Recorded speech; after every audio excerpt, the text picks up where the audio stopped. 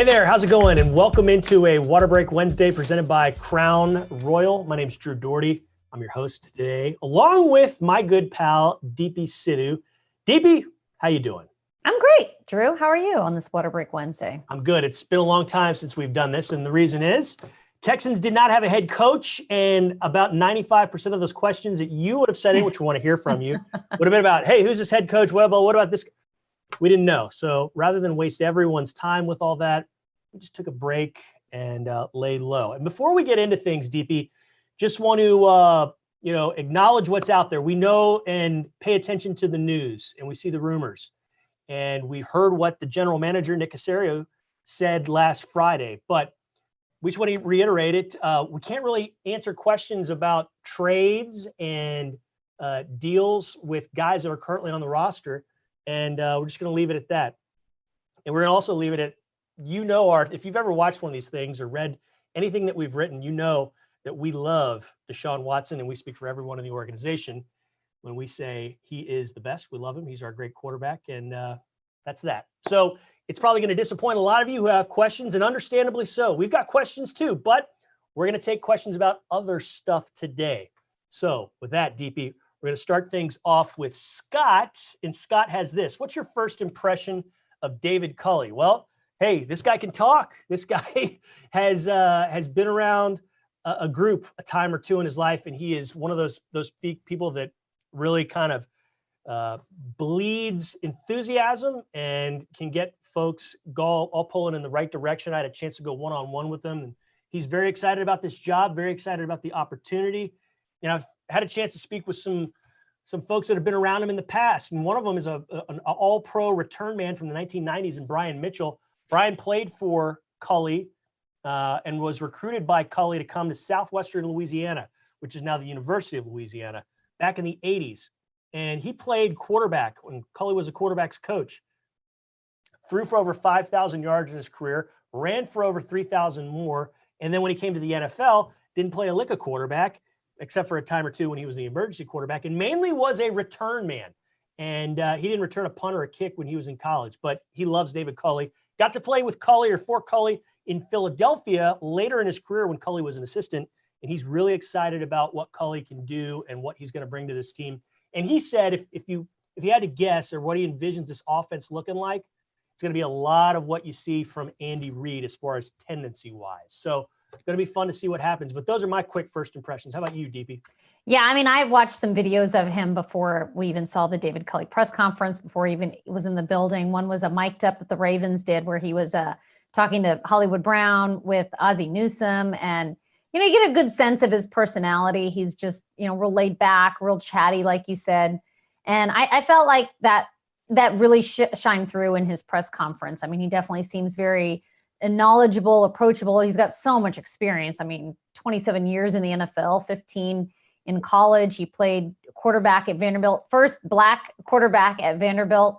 And I think just the names of some of the coaches that he's worked under. You mentioned Andy Reid. He was with him twice, both in Kansas City and with the Eagles. Obviously, John Harbaugh, Sean McDermott, Bill Cowher back in the day with the Steelers. I mean, I was still living in Indianapolis watching the Colts in the AFC championship game against the Steelers. And I realized that David Culley was coaching those wide receivers when Yancey Thigpen and the lot were playing for the Steelers. I mean, he has seen a lot of football. So I'm excited to see what he brings from all these different coaching, these different offenses, these different head coaches that he's worked for, because, I think, like you're saying, it could be a lot of Andy Reid, but maybe we'll see some stuff that he's incorporated over the years from some of the other coaches. I think that much like how we would talk about Romeo Cornell and everything that he's seen, I think David Culley is sort of similar offensively in the sense that he's just brings so much experience. He's seen so much success in the NFL. And I'm excited to see what his approach is. But I really like his personality on a personal level. He just seems really friendly and outgoing. And I think that he's one of those guys that just has a story for everything. And I just, as someone who interviews players and coaches, I really like it when, instead of someone telling me, hey, this is what I'm going to do, I think when they tell a story, it's a little bit more telling about who they are as a person. So I'm really curious to get to know him, peel back the layers a little bit more on David Culley. Yeah, and with that in mind, you brought up Romeo Cornell a moment ago. we all heard the story and have heard the stories about David Culley getting recruited to Vanderbilt by Bill Parcells, who was Vandy's defensive coordinator back then. I got a chance to talk with Culley after the press conferences and the one-on-one interview I did with him, and he brought up that came up, and then he brought up Romeo Cornell. He said Romeo recruited him. Well, I think Romeo was at Middle Tennessee or at one of the other schools around there. He was. Recruited him while Parcells was recruiting him. So that's kind of an interesting little tidbit there too. Hey, this is kind of interesting, sort of veering off topic. Tori wants to wish you a happy National Girls and Women in Sports Day. So, hey, Deepi. Oh, well, thank you. Congrats to you and happy. Maybe next year it can be a holiday. I mean, I don't know. That's cool. That out there. A lot of women out in the lot of women in the NFL, both coaching as referees, doing what I do, writing for websites or on camera. So it's exciting because this wasn't really I didn't even know there was a day until a few years ago. So there must be enough of us that there's a day now. Good stuff. But thank you, Trey. Okay, Trey on Facebook has this. What are some things you are looking forward to in 2021? Well, goodness, I'm not going to say on-field stuff yet because it's so far off. I'm looking to see which free agents the Texans wind up bringing into the fold, which guys they wind up drafting. Now, right now they have 8 draft picks, but this time a year ago, I don't know what the number was, but the number this time a year ago changed a few different times between then and the draft. So I imagine something along those lines might happen. The Texans might get active as far as moving draft picks around, moving players around. So we'll see. But I just want to see who some of these new faces are and what this roster looks like going into OTAs and going into all that stuff in May. And then I think I can probably give you a better idea of what I'm looking forward to during the season. Yeah, and I mean, just to piggyback off of that, I'm just looking forward to maybe getting back out on the field and seeing guys in person practicing. I think this time last year, things were still normal. COVID hadn't quite hit yet.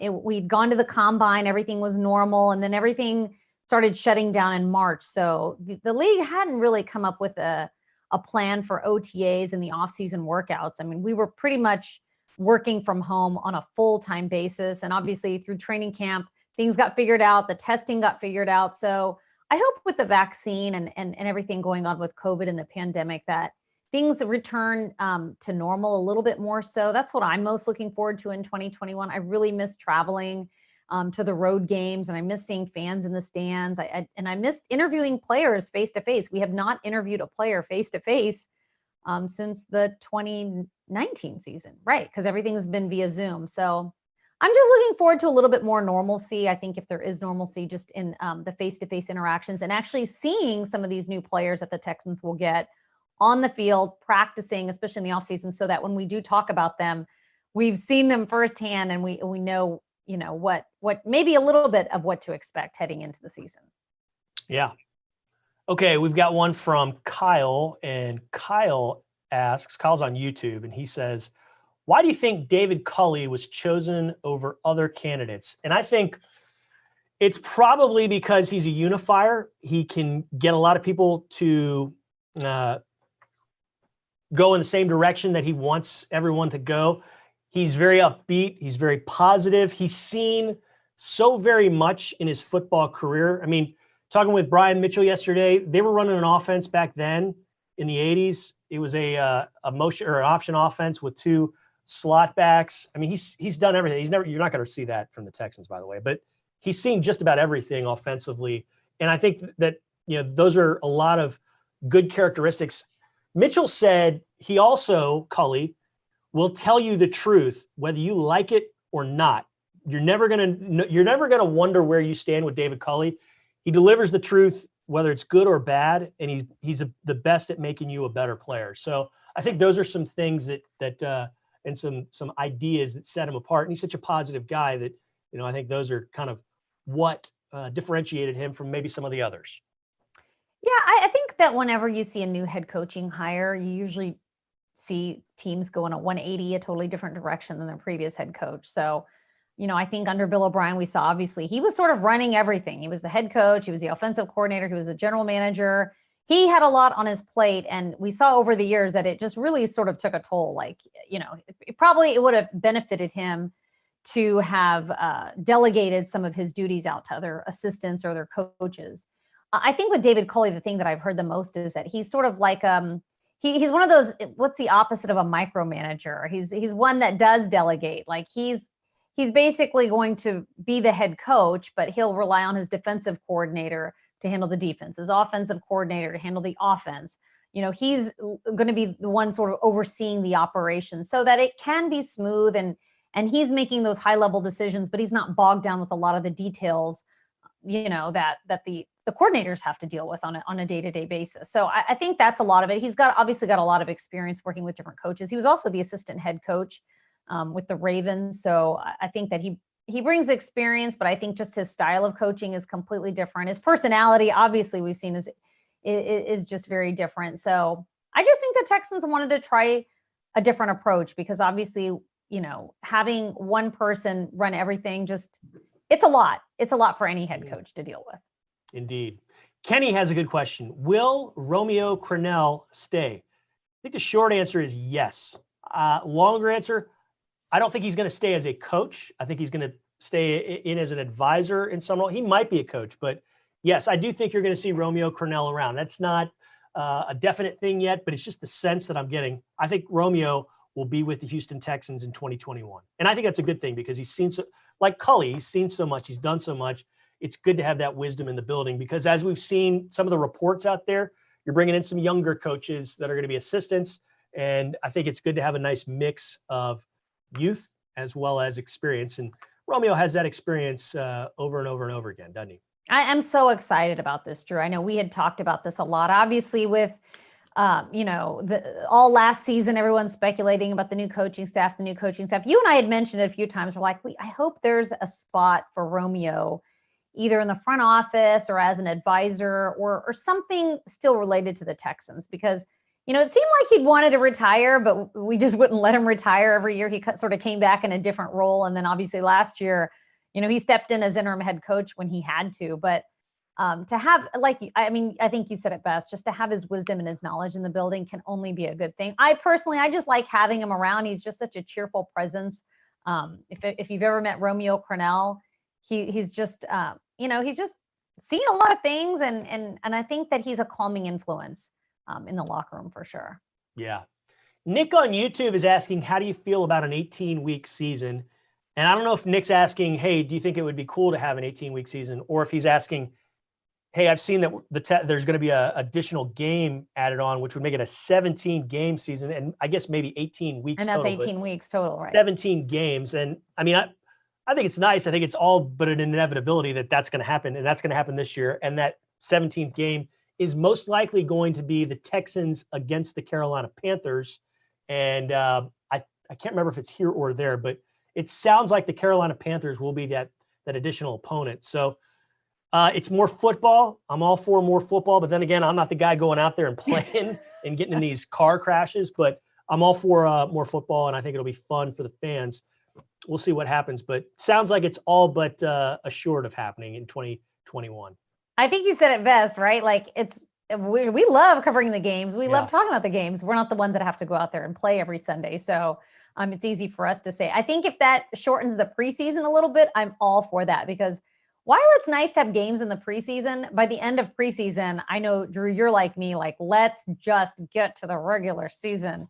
I'm usually like that by games, late January. So, Right. And it'd be nice to be playing games a little bit later in the season. And I'd like to see our starters a little bit more, because it seems like the preseason the last few years, we were trending in a direction where you weren't really seeing the starters at all.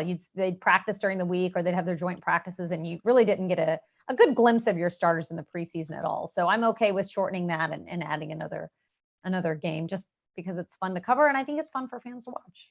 Yeah. All right. Jesse has the final question. When's the NFL draft? What picks do the Texans have? Well, NFL draft is starting on a Thursday night, April 29th. So it's a long way off, or a short way off, depending on how you view things. But April 29th, and the Texans have 8 overall picks.